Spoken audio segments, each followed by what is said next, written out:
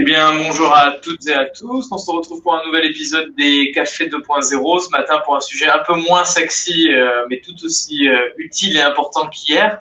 On va parler de compromis de vente et on va surtout parler de la différence entre les clauses suspensives, les clauses résolutoires. Si je me trompe pas, Ronald? Exact. Alors, aujourd'hui, une fois de plus, c'est moins sexy que la déco, mais tout aussi utile. Là, c'est un petit peu l'étape avant de pouvoir décorer votre nouveau chez vous. Effectivement, dans tout ce qui est promesse ou compromis de vente, il y a certaines conditions ou clauses qu'on va essayer de décrypter ensemble aujourd'hui. Et donc, on parle souvent de clauses suspensives et clauses résolutoires. Donc déjà, une fois de plus, il y a des raccourcis de langage. On va parler tout d'abord des conditions suspensives et non clauses. Et pour vous donner un point de repère, on va dire que la condition suspensive, c'est que la vente est confirmée si la condition se réalise. La condition qui est toujours présente, en tout cas qui est recommandée, qui est toujours présente, sauf demande de l'acheteur, c'est la condition d'obtention du crédit immobilier. Donc, c'est-à-dire que dans votre promesse ou dans votre compromis de vente, on va introduire une clause qui mentionne que vous réaliserez la vente si vous arrivez à obtenir un prêt immobilier. On va inclure les informations sur la durée de remboursement, sur le montant du prêt, l'apport éventuel, les mensualités, le taux.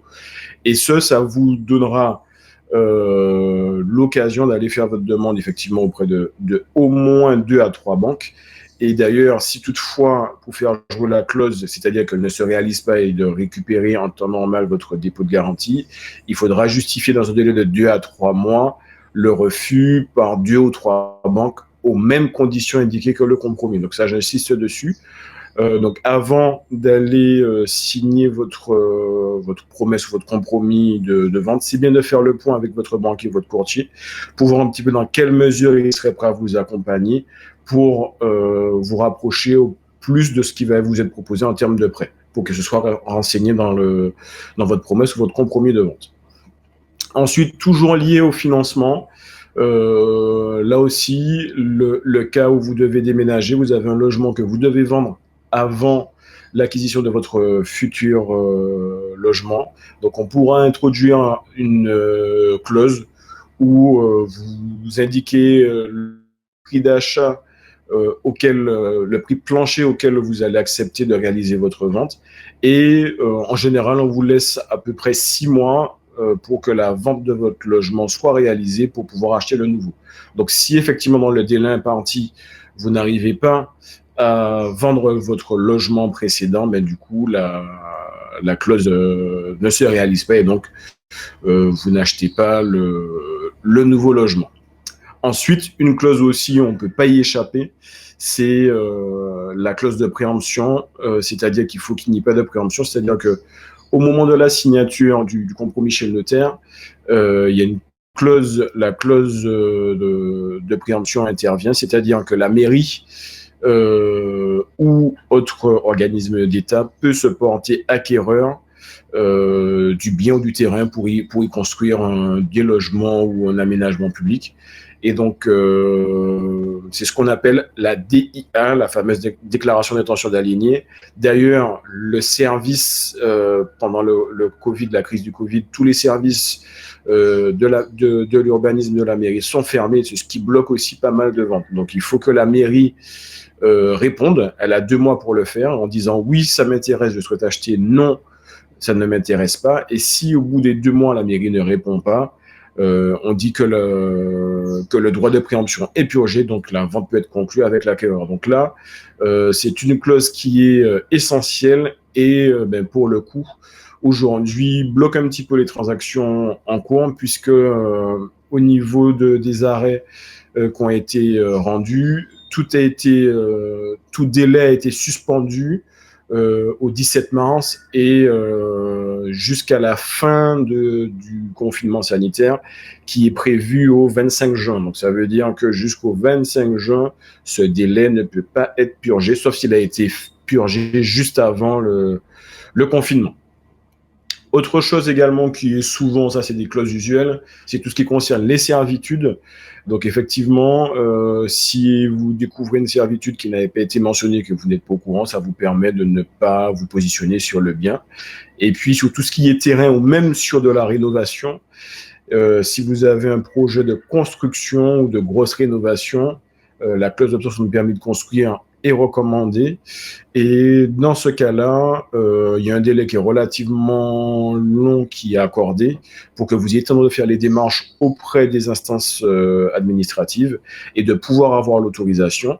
Dans le compromis, on indique effectivement ce que vous souhaitez réaliser, que ce soit réaliste, bien entendu, pour que ce ne soit pas une clause abusive. Et donc, du coup, si votre permis est accordé, ben, vous pouvez matérialiser votre vente chez votre main ou la maison. Et malheureusement, si vous avez un refus sur l'objet qui avait été inscrit dans le compromis, ben, du coup, la vente est annulée.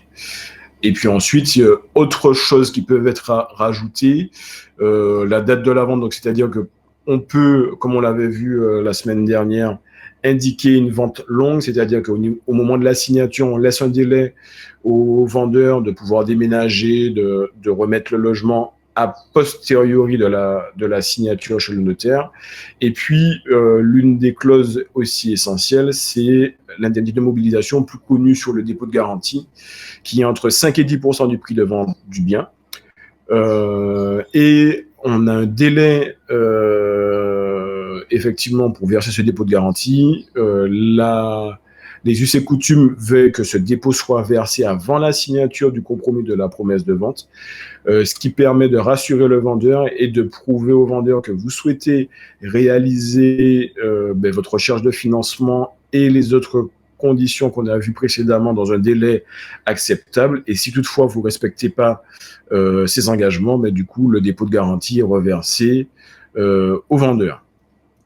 Donc voilà, et puis dernière chose sur tout ce qui concerne la copropriété, et donc là on est toujours sur les conditions suspensives. Il y a la répartition de la taxe foncière, des charges de copropriété, qui peut être soit portée par le vendeur, soit par l'acquéreur, ou alors une négociation peut être envisagée entre les deux parties, qui vous permettent de clarifier la répartition des charges au moment de la dite signature. Donc souvent, il y a un prorata qui est fait en fonction de la date de signature, donc de la taxe foncière notamment. Et des fois, il y a une négociation qui peut être, le vendeur dit j'assume toutes les charges jusqu'à la signature. Donc là, c'est une négociation à avoir. Autre point important sur cette répartition, notamment sur la taxe foncière, à savoir que le service a de longs délais de régularisation des ventes. Donc du coup, vous êtes amené à recevoir votre nouvelle taxe foncière quasiment 18 mois après la signature. Donc du coup, souvent, la première année suivant la vente, vous serez amené à rembourser au précédent propriétaire la taxe foncière. Donc ça aussi, c'est à prévoir. Ne soyez pas surpris si l'ancien propriétaire vous réclame la taxe foncière, mais de l'année N+1. Et puis, on va clôturer sur les clauses résolutoires. Là, je ne vais pas m'étendre dessus énormément parce que c'est assez simple à comprendre. Donc, la clause résolutoire, ça veut dire que la vente est confirmée si la clause ne se réalise pas. Et par exemple, ce sont les vices cachés ou l'apparition d'une servitude sur le terrain. Donc, en gros, c'est ce qui protège l'acquéreur si, par exemple, après la conclusion de la vente ou pendant, s'il y a une visite qui est faite un petit peu avant la signature, on voit qu'il y a des vices cachés. Et donc, à ce moment-là, effectivement, ça peut permettre d'annuler la vente ou l'apparition d'une servitude qui n'était pas mentionnée au départ. Donc là, en gros, c'est des choses que l'on découvre et qui n'étaient pas prévues dans le contrat. Donc, voilà un petit peu les différentes clauses qu'on a pu voir. Donc, on va parler de conditions suspensives et de clauses, du coup, résolutoires. Donc, voilà. Donc, n'hésitez pas si vous avez des questions. J'essaie de faire court, concis et précis. Voilà. Merci Ronald pour cette présentation. Je ne sais pas si on a des questions en direct, peut-être sur les différences entre les clauses résolutoires et les clauses suspensives. Si on n'a pas de questions, on se dit à demain. Demain, on a un sujet assez intéressant sur les visites de mémoire, Ronald. Exactement, tout à fait. Donc, on va vous donner quelques astuces pour bien préparer les visites quand on vend un bien. Donc, Ok, je vous dis à demain et puis portez-vous bien. Restez chez vous. merci beaucoup. À demain, Ronald. Bye bye. Bye.